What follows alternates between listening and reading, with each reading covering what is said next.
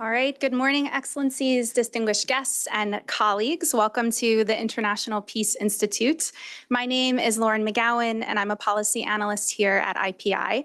And it's my pleasure to welcome you here today for our policy forum, Navigating Frontline Challenges for the Use of Technology in UN Peace Operations, held in partnership with the Permanent Mission of Latvia to the United Nations. For over a decade, the UN has implemented a formal agenda to encourage the deployment of new technologies and innovative practices in peace operations. The 2021 Digital Transformation Strategy for UN Peacekeeping has driven the systemization of key technology platforms across missions, increased the uptake of data management tools, and fostered space for experimentation and demand-driven innovation. Likewise, the Department of Political and Peacebuilding Affairs has deployed various new technologies and tools to address issues like climate-related risks and enhance inclusiveness in mediation and political solutions to conflict. Recent trends in peace operations indicate that the UN's technology and innovation agenda will need to continue to evolve, based on three main factors. First, financial constraints on the organization are creating new imperatives for efficiency, automation, and economies of scale in the execution of peacekeeping tasks. Second, geopolitical shifts are impacting the global market for UN peace and security activities, with many suggesting that lighter footprint models with more focused technical mandates, so for example, ceasefire monitoring, could be the form of new peace operation missions in the near future. And finally, the increasing capabilities of security technologies, including AI-driven information analysis and decision-making tools, monitoring and surveillance systems, and communication platforms are already reshaping the operational space, including the tactics used by belligerents, which demand adaptation by UN peace operations to ensure effectiveness. So in today's event, and with that background, we will consider the potential roles of new technologies across various types of mission configurations and discuss the political, operational, and ethical implications of new peace operation technologies. I'd like to thank our speakers for being here, and a very special thanks to the Permanent Mission of Latvia for your generous support of today's event. Before we begin our panel, I'm very pleased to welcome Ambassador Sanita Pavluta-Deslandes, Permanent Representative of Latvia to the UN, to provide opening remarks. Ambassador, the floor is yours.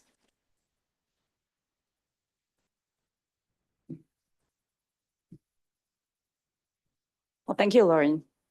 And distinguished participants, it is also my pleasure to welcome you both in person and online to this event on navigating frontline challenges in the use of technologies in UN peace operations. So let me begin by thanking our co-hosts from International Peace Institute for the hospitality and cooperation making this event possible. So our goal today is to have an open discussion on how UN peace operations should chart the rapidly changing technology landscape. What challenges does emerging technology pose to peace operations, and how can technology make them more effective in implementing mandates, maintaining peace, protecting local populations, and enhancing the safety and security of mission personnel? As an incoming member of the UN Security Council and as troop contributing country, Latvia recognizes the crucial role of UN peace operations in maintaining international peace and security. This instrument has a proven long-term track record of contributing to peace and stability worldwide. The current crisis of confidence in peace operations demands our joint effort to adopt this instrument. And there is no doubt that this crisis, first and foremost, is political. To address it, we must seek shared understanding among Council members, host nations, troop and police contributing countries, and the broader UN membership on the future of this tool. And it is paramount to ensure that peace operations better align with the requirements on the ground, expectations, and available resources. So focusing on technology should not be seen as an attempt to bypass political realities. Rather, technology should be regarded as an important part of the overall effort. For instance, peace operations must be equipped to address the looming challenges posed by unmanned aerial systems. Otherwise, their ability to implement mandates and ensure the protection of personnel will face increasing obstacles. At the same time, peace operations can seize opportunities offered by modern remote sensing capabilities. These tools can improve monitoring and early warning, provide essential information to commanders for decision-making, reduce risks to personnel, and enable more efficient use of resources. And similarly, there are risks and opportunities associated with other emerging technologies, such as AI. Equally important is addressing aspects related to international law, including international humanitarian law and ethical considerations. The use of new technological means by UN peace operations must be based not only on operational needs, but also on mutually recognized parameters with host nations, as well as respect for the privacy rights of local populations.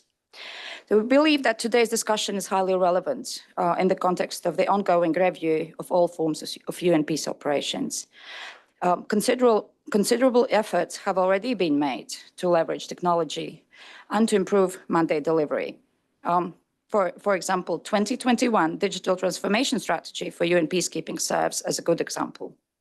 So the next steps should focus on converging the various work strands into a coherent approach, ensuring that the UN and its instruments remain ahead of the technology development curve. So today's panelists, representing the UN Secretariat, field missions, research institutions, and member states, will thoroughly consider these aspects, helping us to better map the risks and opportunities associated with technology in UN peace operations. So we're committed on our side to ensuring that this is not just a one-off discussion, but part of an ongoing process aimed at making UN peace operations fit for purpose. And that's our intention also for the Security Council. So let me thank you once again for your interest in this event. And I'm happy to see that the interest is great. So that means we're right about choosing this topic. And I look forward to your active participation. Thank you very much. I'd like to invite our panel to join us up on stage.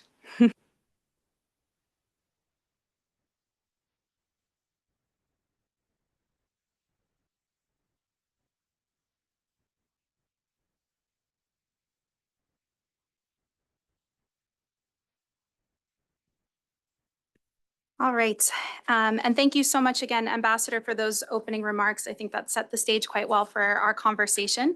So it is now my pleasure, without further ado, to introduce our panelists for today's event. And I will not read their full bios, but I believe they're available in your packets and online. We will first hear, joining us online, from Remy Clavitt. Remy is currently the chief of the Joint Mission Analysis Center in the United Nations Peacekeeping Force in Cyprus. Next, to my right, we will hear from Dirk Druitt, who is currently a non-resident fellow at IPI and a research affiliate at McGill University's Center for International Peace and Security Studies. Joining us online is also Major Modris Kairish, head of Autonomous Systems Competence Center in the National Armed Forces of Latvia. And finally, to my left, we are very pleased to have Barbara Neuenhaus, who is the director of the Digital Enablement Team for the Departments of Political and Peacebuilding Affairs and Peace Operations. As you can see, we have quite a wonderful panel that is well positioned to help walk us through this topic, and I'm excited to hear from each of you today. Just one logistical note before we get started. Following the initial interventions from our speakers, we will have around 20 minutes or so for question and answer. For those in person, there will be mics circulated around the room. And for those joining online, please feel free to leave your question in the Q&A feature on Zoom.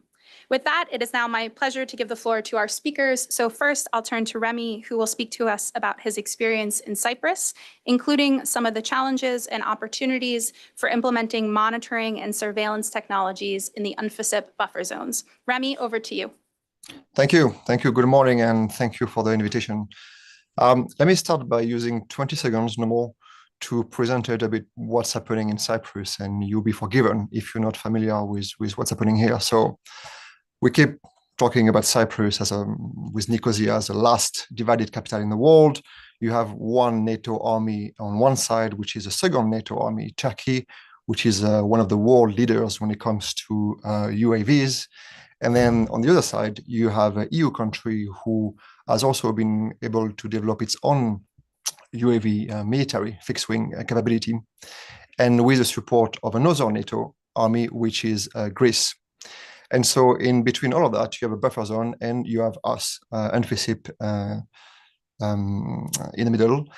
And the divide of technology between the sides and us is gigantic and is growing by the minute.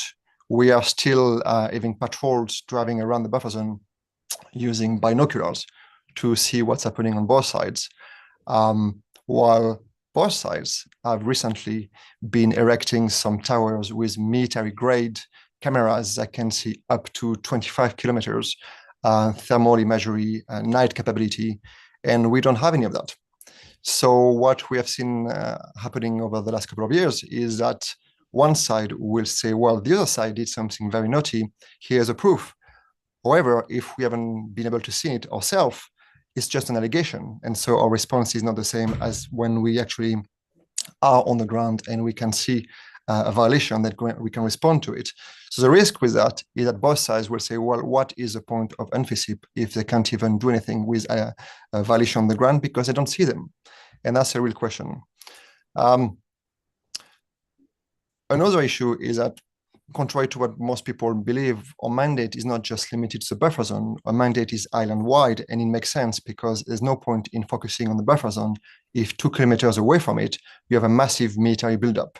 So what we do to monitor the rest of the island, because we are, again, as I said, very limited when it comes to the number of people we have, we rely a lot on satellite technology. But as you know, the UN does not have its own satellites. So we rely on MAXA satellites, which is being managed, access being managed by the US State Department. And due to various reasons, our access to MAXA has been pretty erratic, which means that when we don't have access to satellite pictures, we have no idea what's happening around the buffer zone. And that's a problem because there have been instances where we have missed some, again, military buildups, some unauthorized exercises, or the construction of a new base. So it's a problem for us. Again, the risk of becoming irrelevant. So that's one thing. But of course, drones, UAVs, that's a big issue. Over the last year, drones have been an issue for us for some time, but over the last year, we've seen a drastic increase in the number of drones being used by the sides across a buffer zone. Now, I'm not talking yet about fixed-wing drones. I'm talking about off-the-shelf drones. And it's a problem for us because, especially in an urban area of Cyprus, it's really difficult to know where the drone is coming from. Suddenly, you see the drone above your head, and it disappears behind a building, and you don't really know if it comes from north or from the south. And of course, there's no insignia on it. So you don't really know where it's coming from. So it's difficult to go to one side and say, hey, you're not supposed to do that. But the risk, of course, is that we have seen both sides investing more and more in drones. And I believe that from next year, it's going to become one of our most important issues to deal with because both sides, I believe, are going to start using drones more and more above the buffer zone. And we have no capability to either stop the drones or to identify the drones. And again, if we are becoming irrelevant in that regard, there is a risk that both sides will say, well, if you cannot take down their drones, I will do so. Now, if one side takes down the drone from the other side, that could be an act of war. So we're looking into it. I won't go into the details of misinformation, disinformation, because it's been discussed a lot. But I just say that for us in Cyprus, it's also a big issue, including for against the mission. But my general point would be that in Cyprus, as probably it is in many other missions, we just cannot keep up when it comes to technology. And as I said quite a few times already, there's a risk of us becoming irrelevant and the sides taking actions in their own hands. This is not an assumption from my side. It is military on both sides saying, if you cannot do it, we will do it. So let me talk very briefly about what actually works from our side. We have UniteAware, which is a platform that allows us, especially in the GMAC, to get some data for analysis. So without going into too much details, you have one system called SAGE, which is a system where whenever you see an incident on the ground, a violation, whatever it is, you go on the system, you record it, then it feeds into UniteAware. UniteAware is a platform I can click on it. I can have a beautiful dashboard saying, well, these are the type of violations you have had for the last months, 2 years. And it's very useful for us. It's also a dashboard that the whole mission has access to. So we have moved away from a situation we've had a couple of years ago where people within the mission had completely different views as to the stats, what has happened over the last 6 months. So now at least we have one source, and it is very good. We can also map the different hotspots in the buffer zone and outside, very good. We can track the patrols, which is also very good because you can say, well, why are we patrolling so much here? Why are we not patrolling in this area? Why is there a blind spot here? Are we patrolling too much in the hotspot or not enough? So it's very useful for the missions analysis. But, and that's a key point, the tool is only as good as the information, the data being put into it. So the issue we've had is that you have, and it's not just for NFICIP, but you have frequent rotations of soldiers, and most of the people working for NFICIP are soldiers. And so when you come here and you don't, sometimes English is not your mother tongue, and you have to discover Cyprus, you have to discover the UN, and then you have to discover SAGE. And there have been some instances, frequent instances, where the data was not entered correctly or was not being entered at all. And sometimes when we look at the stats, we say, wait a minute, there is a very strange trend here. And very often it's not due to any change on the ground, but it's just issues with entering data. So that's an important point to look at as well. Last point for me, well, actually 2 points if I'm allowed, because we have, you may have heard about the liquidity crisis, we've had some financial issues. We have been trying to find some low-cost techs to help us address some issues on the ground. So we have dash cams, body cams, we have trap cams. Now that's very important because we are 24/7 peacekeeping, like all peacekeeping. So the problem is that at night, we don't have the technology to see very much what's happening in the buffer zone. But we also know that there's a lot of human trafficking, weapon trafficking, drug trafficking across the buffer zone. And we know it's actually increasing. So we use low-tech trap cams that you put in different parts of the buffer zone where you try to identify where the routes are. But it's very low-tech and it's not been very effective, to be honest, for now. Now, my actual last point. This is not like the DMZ in Korea, the buffer zone. You have quite a lot of activities there. And I hear often the question, well, maybe we can save money by replacing soldiers, police officers, or staff members with more technology. Well, first, we don't have the money for more technology. But even if we did, we're not just an observing mission. We have an average of maybe 12 to 15 incidents happening every 24 hours in the mission. And the reason why you don't hear about it is because we have people on the ground, police, military, civilians, who are actually dealing with these issues before they escalate. So we do a lot of prevention work. And you can have the best technology in the world. This cannot replace human beings on the ground. And I think I'll leave it there. Thank you. Wonderful. Thank you so much, Remy. I think you've given us a lot to think about, including some of the risks around certain technologies like satellite technologies, also drones, UAVs. I think you've also pointed us to some of the progress that's been made with some of these tools like UniteAware and SAGE, and also some of the limitations. And lastly, on this last point of sort of the importance of keeping the human in the loop, including on some of these prevention aspects, and the technology can only take you so far with some of this work. So thank you so much for laying out those points.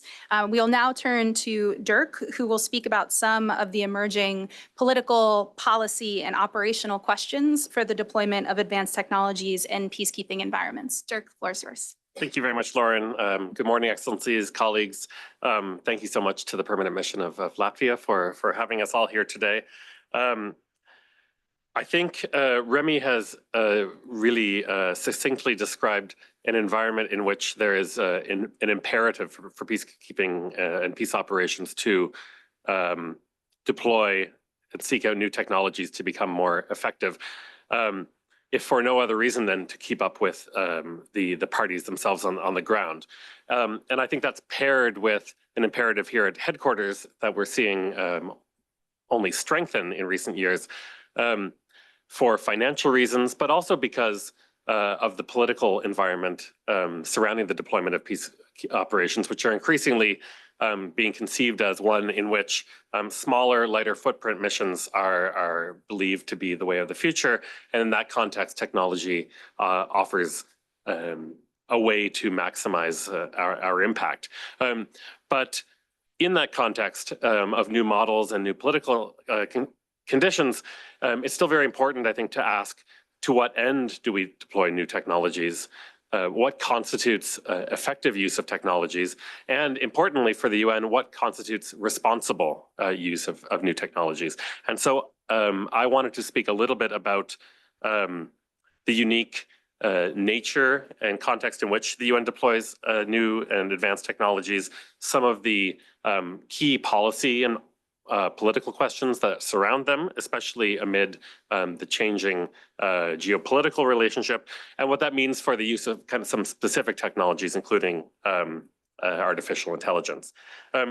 So first, let me say a little bit about how it's different when the UN uses technology as opposed to, say, a national military operation. The UN, I believe, operates really under a dual responsibility when it deploys tools that collect information on individuals, that help to establish an understanding of what the battle space is or the situation, and help to inform decisions, including on the use of force.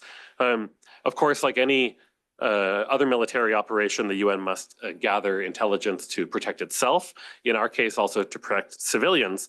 But at the same time, it must also maintain a unique relationship with the population and the host state, which through their government are in a social contract with the UN in a way that is, I think, categorically different from a member state relationship. And that's important not only in a moral and ethical sense, but also because the credibility of the UN as a political actor is necessary for it ultimately to facilitate the achievement of the political solutions, which at the end of the day are the ultimate objective of peace operations. So what does that mean for peace operations deploying technologies in practice? Well, it has a number of challenges that we've seen materialize over the last several years as peace operations have deployed more advanced intelligence, surveillance, and reconnaissance tools, analytical tools. It means that drones, signals units, and forensics equipment are often subject to contrasting imperatives. They're delivered by national governments with their own information security, operational security requirements, which can affect data flows, it can affect employment concepts, and it can affect information ownership policies. And that exists even before those tools reach the mission. Those can innately fall into conflict with the rules governing information ownership by the United Nations, rules governing who is allowed to see data about what, and rules governing what is done with that data. That's compounded with the innate challenge of information security in the United Nations. Remy, I think, spoke about an asymmetry that UNFICYP is facing in terms of the capabilities of the mission as compared to the capabilities of the parties in that case. And I think arguably we could say that those parties, as compared to some of the others, are relatively low capability, and yet are miles ahead of what the UN has. And that, I think, innately creates a cybersecurity risk for the UN that will be impossible to solve. And that has implications for the type of information we gather, why we do it, and what we do with it. Those challenges, I think, become even more pressing amid the very rapidly shifting models that we're seeing used for peace operations and peace operations related missions these days. And the MSS in Haiti, I think, is a very important emerging model that it's important to consider. So I think, as most know, the MSS is a Security Council authorized, but not UN led, and yet is the recipient of UN operational, financial, and in a sense, political support. So what does that mean for the MSS deploying advanced capabilities, perhaps provided by member states in the field? First and foremost, do UN policies apply? The human rights due diligence policy requires that the UN conduct risk assessments before providing operational support to non-UN forces, including the MSS. Does that extend to information gathering, information use, and the sharing of intelligence with and between non-UN actors? Similarly, what is the application of UN normative guidance on information and intelligence? The CEB principles for the ethical use of AI and the UN's data protection policy are some of the touchstones for how we use and organize data within the UN amid a very rapidly evolving information environment. Do those apply, and do we have, at any rate, the capacity to ensure that they apply as we consider these alternative forms of technology? And then finally, what does this mean for the application of AI in the field? In a rapidly evolving technological environment, AI obviously offers enormous opportunities, including for the reasons I mentioned in terms of cost savings and the potential for more effective use of our information. At the same time, the UN's unique operating and political and ethical environment that I mentioned create a number of, I think, questions for us. One is whether we risk introducing data bias when we apply Western developed models into environments where AI models are not well established, have not been trained on local data. That is both, I think, an opportunity and a risk for trust in the UN. And it's critical to ensure that as the UN deploys AI tools into these relatively fresh operating environments from a data perspective, that we are promoting our own ownership and local ownership over the data that is going into those models.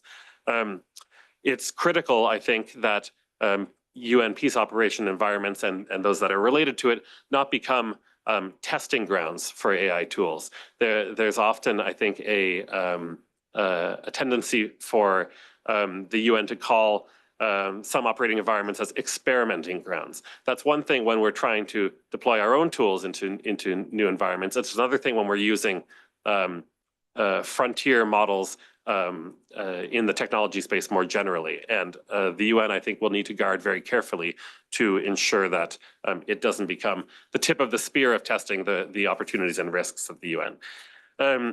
So those are just a few questions, I think. I don't think any of those risks and challenges that I've raised should stop us or compel us to not use technology. But as we think about overcoming some of the challenges that Remy mentioned, and also employing some of the tools that I think our colleague from the Austrian military will offer, I think these are very important things to consider when applying these technologies in a UN context. Thank you. Great. Thank you so much, Dirk. I think that was really helpful in providing sort of the policy level perspective. And I appreciate the comments you made on the application of AI, which we've not yet talked much about in the field. So thank you for bringing up those comments. Now we'll turn again to more of an operational perspective to hear joining us online from Major Modrish Kairish, who will share some of the lessons we can learn about using remote sensing technologies and recommendations for peacekeeping missions. So Major, the floor is yours. Yes, good morning. Good morning from Latvia. I will touch more practical operational experience from our side. We in Latvia we daily work with drone technologies, and currently my center we see a lot of security and safety risks in peacekeeping operations, which is already mentioned previous speaker, which came from the drones. Currently, this drone technologies, it's widely spread around the world, and with average engineer qualification, you can easily find all necessary information online, how to assembly, how to use the drones, and in nearest future, it will be one of the biggest problem, how to prevent incidents where it's involved in drones, and in these incidents as well can be risks for personnel, which is currently on the working to peacekeepers in this potential conflict zones, and to understand this low cost technology effectiveness, currently it's easy, you can buy from web stores all necessary equipment to impact to any moving or stationary target easily in 20 kilometers range. For example, you have some skilled operators, and you can easily engage some target 20, 30 kilometers away. And this is, I'm not talking about the military grade technologies. This technologies is currently available on open market. You can actually order quite now if you know how to use and it can burn a conflict immediately. And to prevent it, the peacekeeping missions, we need to involve more the drone detection technologies, which can detect incoming drones from the both sides. As well, we need more train the personnel, because as well a lot of to understand the threats and how far can, for example, fly, which type of the threats can be from different type of the drones. Before the missions, we need heavily trained peacekeeping personnel in these technologies, how to use, how potentially can be used these technologies. But as well, on other hands, with these drone technologies can give as well opportunity to peacekeepers. For example, these technologies currently cheaply give opportunity to decrease footprint on the ground. For example, we can use these technologies remotely to monitor all the conflict zones where is necessary. And as well, if we decrease this footprint on the ground, it is as well increase our personal security, because we can operate from the homelands. And on these conflict zones, we need to only maintain the techniques and technician depots, which is preparing the drones and UGVs for the monitor operations. And my personal opinion, if we will calculate all the costs about the personal expenditures, how much is necessary to spend when human present on this conflict zone, or the technology present, I'm sure the technology will definitely be a couple of times cheaper. And as well, I want to stress this threats from the drones not only will be on the conflict zones, but as well all the threats which came from the drones soon as well will be our daily life. And as well some terroristic organization, criminal organization will widely use these technologies. And I'm recommend all the member states already prepare all necessary counter drone systems, train the police units, not only peacekeepers, and think about this problem in nearest future. Thank you. Thank you so much, Major. I think you brought up some interesting points, including on some of these recommendations around drone detection technology and also more training, which was a point that Remy also brought up, of just needing personnel to understand how to navigate these technologies is a really critical point. And I think in the question and answer, I'd like to also come back to this point you brought up around sort of some of the opportunities with some of the remote sensing technologies, but perhaps sort of what's the right balance to strike between having some of these remote technologies and in-person, on-the-ground field presence, and how do we weigh those two things? But I'll now turn to Barbara, and we're very grateful to have you here to provide your reflections on some of the points you've heard, and then maybe also if you can speak a little bit about how the current focus of the digital transformation strategy can adapt to address some of the challenges which we've heard today. Over to you. Thank you very much, and also to IPI for hosting, and also to Latvia for engaging on this very important topic. I'm very grateful for the speakers also already, because there's lots of reflections here. And just to say that, and given the digital transformation strategy was promulgated sort of in 2021, and if you think back those 4 years, a lot has happened since.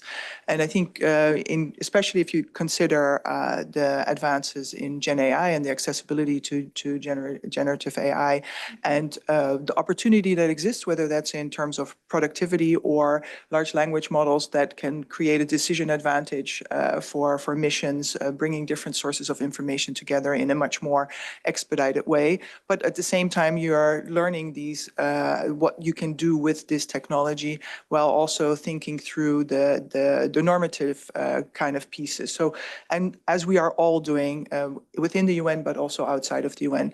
But then you also have the advances in technology and on a far more practical basis, whether you're talking about drones, which you can buy off the shelf, and with some modifications, you can do a lot of different things with those. And I think these advances are happening very quickly. And that means that, as an organization, we also need to kind of understand what that means for us. On a practical level, Remy has had some really good insights there between the two. How do you manage the buffer zone when you have parties that have access to this technology, and what does that mean on a practical level when we also have financial constraints, and what does that mean in terms of being able to acquire technology, but thinking through also what kind of partnerships do we need to establish with member states to be able to partner and find solutions for these particular mandates when it comes to surveillance and monitoring and providing those insights, and how do you do that? And to Dirk's point, there's a duality to that, right? And that's something that we always have to keep in mind. And then I think, while we are sort of in some ways figuring out how technology can help us, because it's an enabler and we really need to focus on that, we also need to ensure there's the practicality of it, the people and the processes around that, they're also considered. So it speaks to training, it speaks to capacity, it speaks to upskilling of people, it speaks to bringing in new expertise into the mission settings, but also at headquarters, partnering with the operational side of the house, making sure that things are really connected. So it just, I think, is a means of this discussion just goes to show how complicated it can get and how many stakeholders there are, and the need for good coordination and alignment, and so that you can adapt to the evolving situation, which in this case is constantly evolving. So it's hard to keep up. But I think in some spaces one is making progress. Remy mentioned Unite Aware and how that helps them do analysis. And even there, it helps, there are also challenges with that when it comes to rotation of staff and even basic things in terms of nomenclature, taxonomy in the tools itself. So there's a constant need to kind of keep a focus on how are we using the tools that we have, how do they evolve, and as well as how do we partner with member states and the like to really find solutions that work in peacekeeping.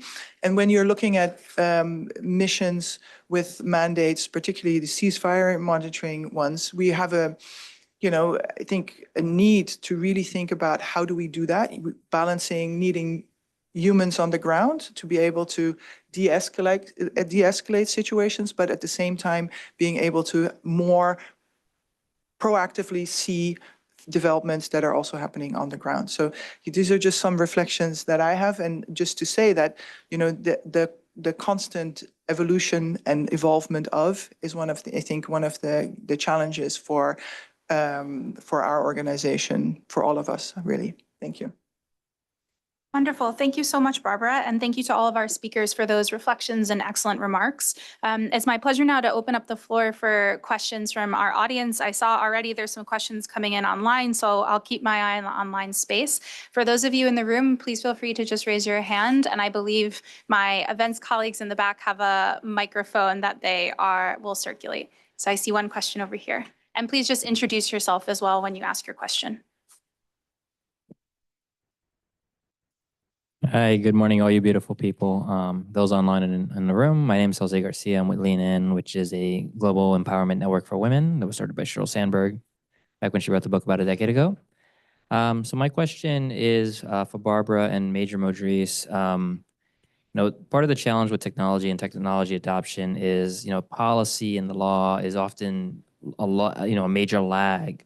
So what are you doing to be more responsive, more agile, and empowering people on the ground up? Because typically the people on the ground up have the best ideas, but because of bureaucracy and the way that the systems flow, these ideas are quashed, and that's a big part of the, why the other players tend to have the advantage, because they're kind of have no choice but to like get together and band for survival, unfortunately. Whereas the UN being a big bureaucratic organization, so what being more agile, more responsive to encourage tech adoption. Thank you. Other questions in the room? I see one. We'll take the person in the back and then come up front. And again, please just introduce yourself. Hi, my name is Regina Fitzpatrick. I lead the Protection of Civilians team in the Department of Peace Operations. And my question is about technology for mandate delivery, and particularly protection of civilians mandates. So I think we hear a lot about technology advances for safety and security of peacekeepers, but I'm wondering if any of the panelists have some concrete ideas about these technologies and how we leverage them for protection in our operations. Thank you, Regina. And we'll take the colleague in the front here. Right up front, Anakin. Thanks. Hello, good morning. Major Park, Deputy Military Advisor of the Korean Mission. I'd like to welcome Latvia as an incoming member of the Security Council. First off, my question does not represent the official position of the mission. Just out of my relative limited experience and just out of curiosity. So my first question goes to the political willingness and power influence over host nations to accept our ambition to utilize high-tech tools for the mission. We have the political willingness and strategy to influence host states. And the second question is, if there's anybody who can answer that question, how do we convince the Fifth Committee to come up with a proper reimbursement mechanism? Everybody knows that the personnel ratio would be smaller given we employ our technological tools. But how do, over time, for like, let's say 5 years, how do we make the reimbursement mechanism to convince the Fifth Committee? The final question, very technical question. When it comes to African missions, there are rainy seasons for about 5 months, 6 months. Do we have the technical ability to keep up with the internet connectivity as well as electricity generation capability? Thanks. Wonderful. Okay, I think we'll turn back to the panel for now, because I think that's a good set of questions and quite a bit there. So perhaps we'll go in the same order, but just to consolidate those questions. So we had one on agility and responsiveness, one on using technology for mandate delivery, and in particular on protection of civilians. We had another question on the political willingness of host states, another on the Fifth Committee and reimbursement mechanisms, and then finally this question more so on the infrastructure, given rainy seasons and lack of electricity in some remote areas. What's the feasibility of deploying these technologies all year? So panelists, don't feel you need to respond to all of those questions, but pick up on the ones that that you so choose. And perhaps Remy, we'll start with you if that's okay. Yeah, thank you. I'll give a general answer. Technology is here to help us enhance our situational awareness, what is happening where. And in that, you can encompass protection of peacekeeper, but also protection of civilian. You want to know what's happening, why it's happening, and you want to know as soon as possible. Now, technology is one way to get this information. But as I said before, in peacekeeping mission, we're not going to win this war because we just don't have the capacity, the money, and all of that. What we have done here is in Cyprus, is look what's happening in the world. And if there's something we've learned from other areas, whether it's Ukraine or I was in Afghanistan, something we've learned there is that you don't need to rely on technology. You can have human intelligence. So what we have done here, for example, is that we have developed a network of people on both sides who are very well placed, who have access to decision makers, who may be decision makers themselves, with whom we have a real transparent relationship based on trust, and who sometimes will tell us, well, you should know this is what's going to happen, and you should be prepared for that. Or when something may have happened, but we're not quite sure, they will tell us, well, this is what happened, this is what did not happen, and they will show us evidence. So it's not the same as seeing first-hand violations or being aware of what's happening on the ground, but it has been very, very useful for us. So just putting that on for the colleagues. Thank you. Thank you, Remy. Dirk, can we come to you? Yes. Thank you very much. First of all, I just wanted to apologize for accidentally deploying the major to Austria earlier. He's in fact Latvian. My apologies. Maybe first to the first questioner, even though it wasn't directed at me, about empowering people on the ground. I think for a long time, the problematique of technology in peace operations was in fact, in a sense, the opposite. That in an organization that is highly decentralized and has ultimately a kind of loose command and control framework with a lot of different TCCs, PCCs, organizational units. The challenge over the last, say, 15 years for the UN has been to establish systems and, in fact, impose some discipline on taxonomies, on the approval or the use of tools, and try to systematize the use of technologies. And as Barbara said, the sheer number of stakeholders involved makes that a very serious challenge. However, today, having, I think, achieved quite a bit of success in that regard, which is a credit to Barbara and her team, we now see the opportunities of more democratization of technology, particularly with the increasing ease at which more and more people have access to coding and access to the development of apps. And we would be doing ourselves a disservice if we didn't seize upon that, not only because of the level of expertise that there is across missions, but also because developing tools closer to the ground offers an opportunity to overcome data bias, to access data that is actually responsive to people on the ground, and to engage in partnerships with people closer to reality. But that does raise a number of challenges in terms of cybersecurity, in terms of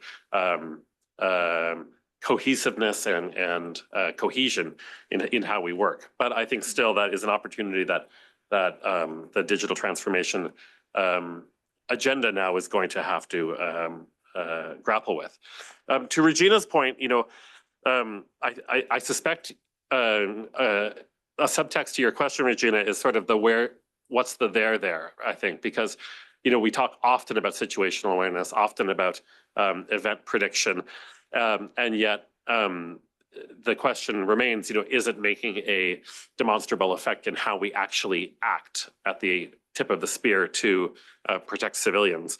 And I think ultimately the track record is mixed, but I think there are more and more examples starting to come to light, and I'll just name one, which is the GeoHarmony tool in South Sudan, developed by the Climate, Peace and Security team in cooperation with JMAC and with OICT here in New York, which is a tool that uses AI and geographic and flood mapping data to identify and predict where dry land will be during periods of flooding, which, as many know, is increasingly and kind of permanently a problem now in South Sudan. As flooding inundates populated areas, different communities are pushed higher and higher and higher towards dry land, and as a result, communities come into closer proximity and often conflict with one another, fighting over a smaller pool of resources and thus creating POC risks. So the GeoHarmony tool has been a really good example, I think, of identifying places where conflict or violence is very likely to manifest. Then to our colleague from ROK, the fifth committee is sort of the most difficult nut to crack, I think. However, 2026 is the year of the next contingent owned equipment working group, which is a member state forum at which the giant book of stuff that you can get reimbursed for as a result of deploying in peacekeeping operations is updated. And there are a number of things on the table for that discussion this year that I think are very promising. First and foremost is a proposal to adjust, and this is really nerdy, but I think quite important, adjust the mechanism by which TCCs and PCCs are reimbursed for the equipment that they bring to the field, not only on the basis of just by virtue of having it there, but on the basis of having used it. So a reimbursement process that is dependent on the usage rate of the material. And that's really, really important because we still almost systematically see a problem in which TCCs and PCCs are deploying tools and deploying kit into situations that it isn't designed for. So, for example, in DRC or in South Sudan or in UNISFA, which have rainy seasons half the year, we're seeing very heavy armored personnel carriers continue to be deployed and then not used for half the year.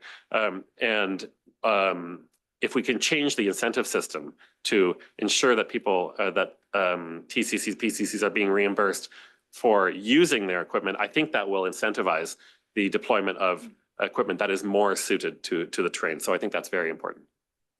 Thank you so much, Dirk. Turning right to Major Modric Kairish, would you like to come in on any of the questions? Yes, thank you. I will be I will talk like a soldier or officer, very straight, and I will try to answer with some remarks to all the questions. And we currently talk in this panel about a lot of how we can implement all the technologies, but I can tell from my experience as well, a couple of years ago in Latvian Army, we are talking how we will implement the drones, start planning all the concepts, doctrines and everything, and pushing everything from the up to the down. But and finally, we understand the best way how to build system in these technologies is give first step from the ground, for example, give some for peacekeepers, some drones, and all this ecosystem will grow rapidly, more rapidly than we will push everything from the up, and it will come naturally because men and women on the ground soon will understand the opportunity which this technology is giving. And for example, in beginning, you will start use some simple drone. After then, you will use. I will show you will soon will start use some data collection and information management system. After then, you will introduce some artificial intelligence. It will become naturally, but from the above, from the UN, we just need to give this opportunity on the ground to use these technologies. Thank you. Thank you so much. Barbara? Thank you. Thank you for the questions, everyone. Let me maybe just start with also the first question. I think in terms of agility and tech adoption, I think the really important piece is to create the culture, the space, and to innovate. And I think the people that are actually on the ground know best what, how the solutions can work for them. And so we do this. We have an innovation work stream that does connect people, because I think the other important thing is if you learn something in one place, you found a solution, you want to be able to share that with colleagues who may be able to apply that also across mission. So that's a really important piece for me. I think maybe just on the GeoHarmony, Dirk, it's a pilot, and it's one of the pilots that came out of work that we did collectively with DPO, OICT, and DMSPC BTAD.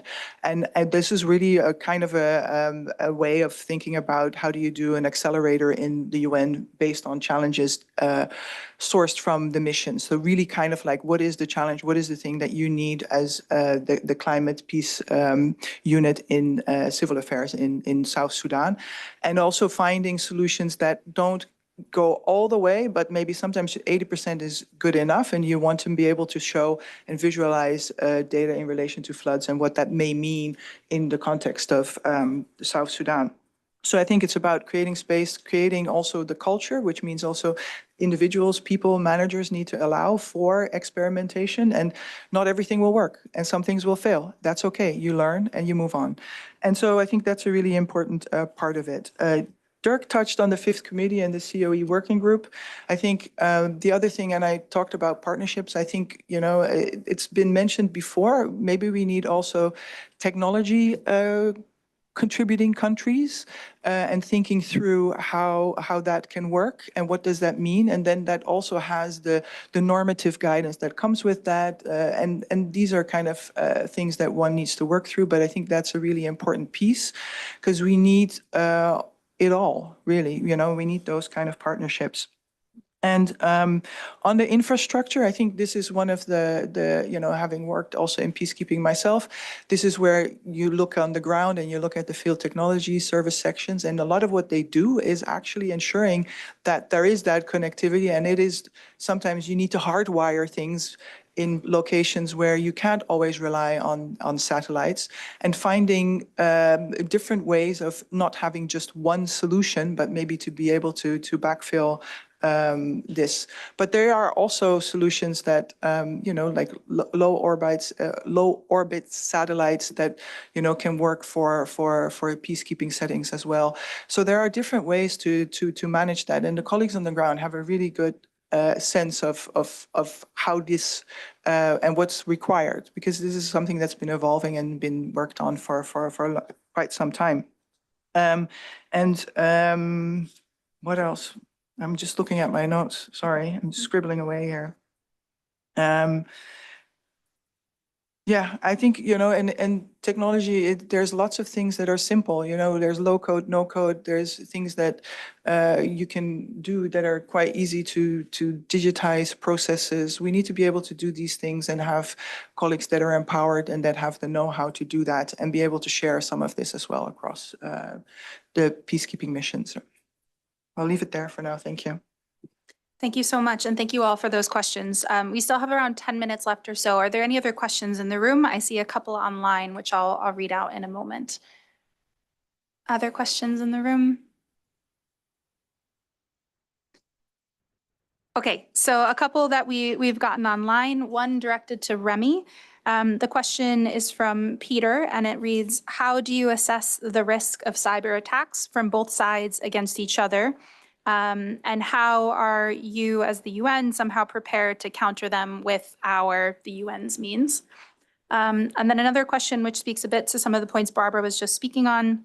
To all of our speakers, you have all spoken to varying degrees about the technological advantage enjoyed by the other parties to the conflict and drawn conclusions for measures to be taken by the UN to catch up to or compensate for this advantage. The focus here was on capabilities, so AI, drones, autonomous systems, et cetera. All of these capabilities require cyberspace as a basic for navigation and analysis to a greater or lesser extent. Is there a UN strategy for related operations in cyberspace? And then I'll take my privilege as a moderator to add one question of my own, because we haven't yet touched on it, but it's been brought up by some of the speakers, this question of training and how best can we support our police, civilian, and military personnel with having the know-how to use these technologies. And I do see one last question in the room, so I'll come to Jose if we can get a mic.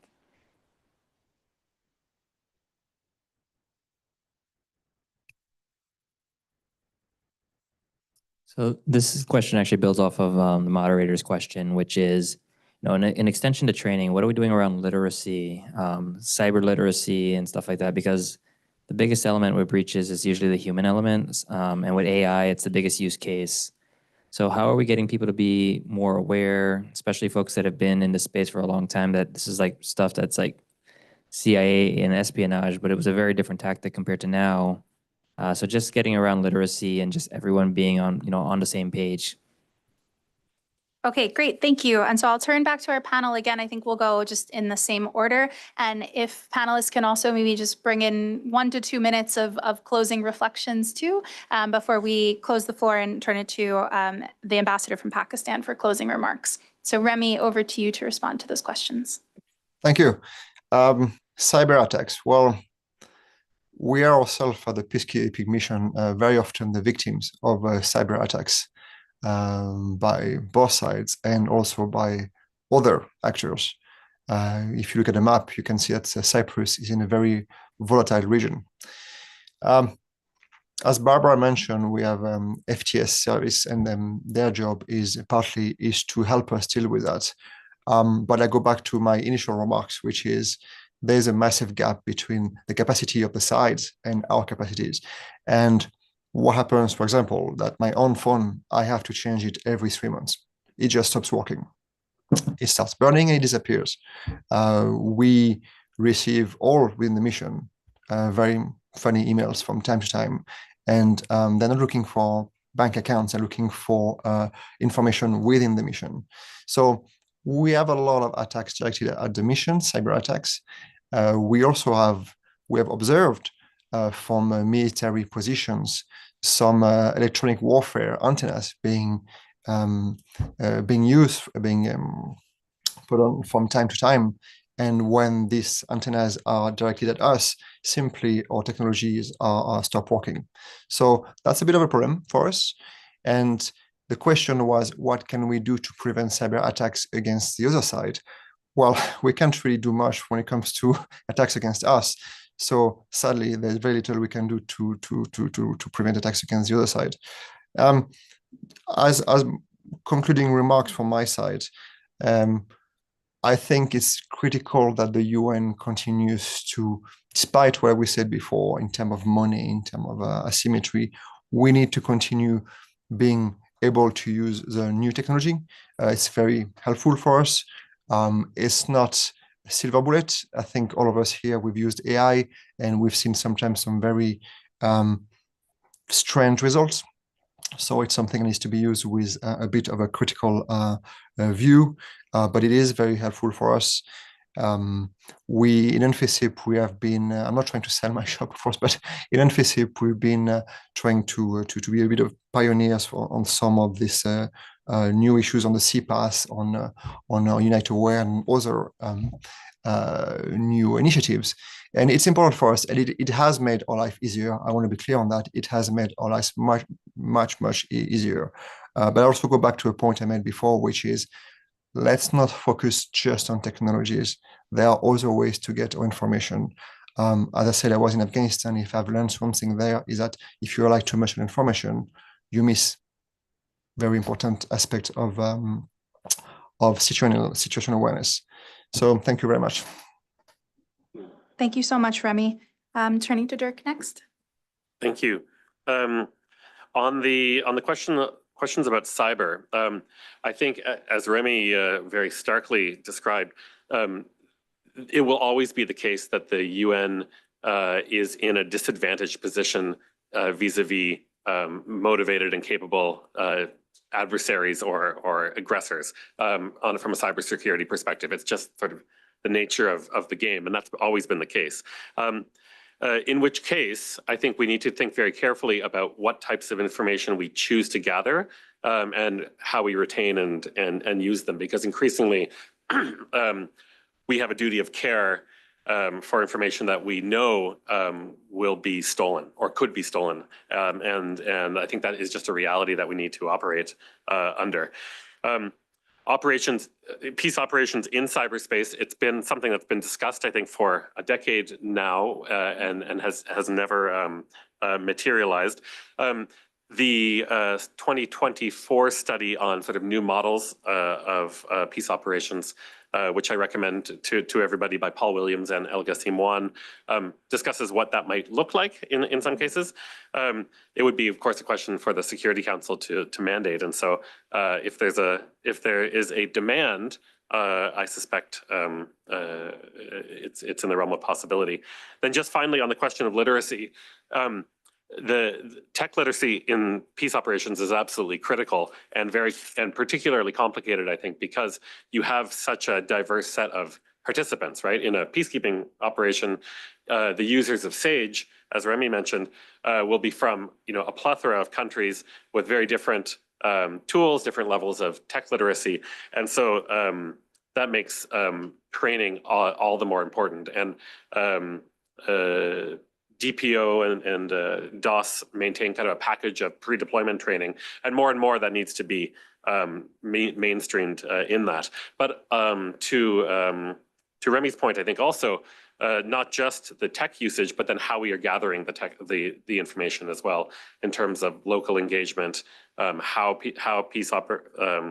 peacekeepers and UN personnel engage with local people remains, at the end of the day, the fundamentally important, and that also needs to be the subject of training and standards. Thank you so much, Dirk. Turning back online, Major Kyrish. Yes, I will answer from my personal experience about the cyber and as well about the training. At least in current situation, more than I think 99% of all the cyber attacks, it's not like some vulnerability in some software or hardware. Usually it's human factor, and most of all the cyber attacks we can prevent by the training. We directly to stepping to the next topic about the training. This technology training is very important, and already say from my experience, the best way how to train soldiers, peacekeepers is train from the opposite side. For example, if you want to teach soldier how to escape from the drone, you need to teach the soldier how to fly with drone. Of course, not like a full course of the drone, but at least some understanding. The same as well is, for example, from cyber. You just attach this in the training in some attack cyber operation team, team explain and show examples, and it's it's very practical and very well work. And the best, it's not just telling about the technologies, but I go back to my previous comments. We just need give to the people on the ground these technologies, allowing to play with them technologies, and this is the best training what we can do very rapidly. Thank you. Wonderful. Thank you so much. And last but not least, Barbara. Thank you. I think on the cyber, I think the point made in terms of that the human is often the factor that leads to breaches when it comes to cybersecurity. I think OICT has a stream on this, but they're also challenged in terms of the resources available to them. Having a cyber cyber mission in cyberspace, I know it's been discussed, and I think I think we need to focus really also on kind of what we have here and now, and that's something maybe, who knows what happens in that space. I don't have a crystal ball, but the literacy is important, whether it's on the drones, teaching people. There are in the RSCE and Entebbe, there is a training facility that also trains on drones on a practical level, and this is also with the aid of member states and is run out of OICT, and so there's a constant. There is that possibility, but it's also the counter to the counter kind of UAS kind of the thing that you need to keep on top of. So there's a lot to be done in that space, and it's hard to maintain. You can do the pre-deployment training, but it's also continuing the training while you're in theater and in the missions itself. So those are really important things. And and I think in terms of moving forward and in terms of what is like needed is really looking at these partnerships where we can leverage what member states can contribute, and how do we do that to meet some of the needs in missions, but recognizing that one of our really valuable assets, to Remy's point, is that the human beings on the ground that facilitate mandate implementation and are crucial in that aspect. So it's always, technology is the enabler, it helps, but you also need the people and the processes around it to work. So let me just pause there. Thank you. Wonderful. Thank you. And thank you to all of our speakers for that rich discussion. Before we end, I would like to welcome Ambassador Usman Iqbal Jadoon, who's the Deputy Permanent Representative of Pakistan to the United Nations, who I believe is joining us online to provide a couple minutes of closing remarks. Ambassador, the floor is yours. Thank you very much. Excellencies, colleagues, friends, ladies and gentlemen, it's an honor, pleasure for me to join you, albeit virtually. I thank IPI and the Permanent Mission of Latvia for organizing this timely discussion. It was a very rich and substantive debate, very useful. It has come at a moment when the Council and the wider membership are reflecting on the future of UN peace operations, a future that will be profoundly shaped by technology. And many ideas were shared here. The Secretary General's report on the future of UN peace operations is expected early next year. It will also define technology's role in adapting UN peacekeeping to modern challenges. As many of you are aware, Pakistan, along with Denmark and the Republic of Korea, has formed this trio on peacekeeping in the UN Security Council to keep this important tool for maintaining international peace and security in the focus of the Council. I am representing the trio here today. Pakistan also co-hosted, along with the Republic of Korea, a preparatory meeting for the last UN peacekeeping ministerial on the theme of towards a safer and more effective peacekeeping, use of technology and integrated approach. This we held in Islamabad in April before the May Berlin ministerial. There is a realization in the Security Council on adapting peace operations to emerging challenges, particularly the integration of modern technologies. The evolving nature of conflicts and use of modern technologies by armed groups on the ground has made it inevitable for the peacekeeping operations to keep up. Technology today is considered a strategic enabler of mandate delivery. The Council's recent renewals of peacekeeping missions reflect this shift towards data platforms, early warning systems, and remote sensing tools, which are now embedded in mandates. With the financial challenges facing the UN peacekeeping operations, there is also a realization that technology could make missions more cost efficient. It is being used to improve efficiencies and reduce costs, with a clear understanding that technology is a force multiplier and not a replacement of humans on the ground. Secondly, there is also a convergence that technology can improve situational awareness, enhance the safety and security of peacekeepers, and support the protection of civilians. But there is divergence on how far it should go, particularly where surveillance, data collection, or AI-assisted analyses intersect with sovereignty and consent issues. There is an understanding that technology must enable and not alter the core principles of peacekeeping, which are consent, impartiality, non-use of force except in self-defense or defense of the mandate. Thirdly, the Council's debate increasingly reveal an asymmetry between ambition and access. While some members push for rapid digital transformation, those providing boots on the ground, the contributors, often face resource constraints and training gaps. The deployment of advanced systems like UniteAware has shown promise, but it also underscores that technology without sustained investment, interoperability, and local adaptation risks widening the gap between headquarters expectations and the realities in the field. Lastly, there is growing recognition that innovation must be responsible. The UN's digital transformation strategy and the responsible technology playbook provide useful guardrails. There should be a balance.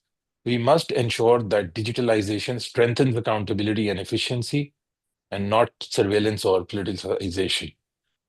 For troop contributors like Pakistan, technology is a welcome force multiplier, but it must remain field-driven and people-centered. We have seen how technology, when combined with training and community engagement, can save lives and improve performance. As we look ahead to the Secretary General's review of the future of UN peace operations, the challenge before us is to bridge the digital, political, and capability divides and to ensure that innovation serves the ultimate purpose of peace. I thank you very much. Wonderful. Thank you so much, Ambassador. We are at time, so I'm not going to attempt to summarize this conversation, but thank you all so much. I'd like to thank again our speakers, to all of you for joining us, to the Permanent Mission of Latvia for your partnership on the event. And this is the beginning of, I hope, a larger conversation that we can have. Thank you again. Have a wonderful rest of your day.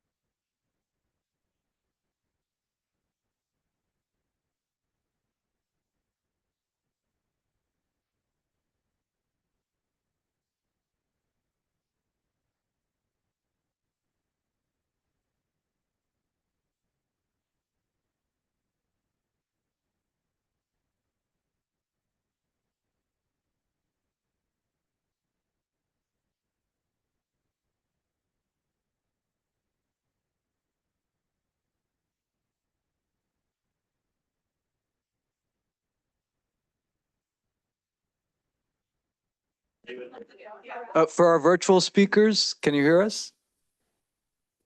Yes? Yes. If you can just smile for the camera, please. Yeah. Oh, let me try. Oh, you know what? Let's see. I did get one with him. Oh, there we go. Okay. Thank you so much. All right, so we're good. Here we go.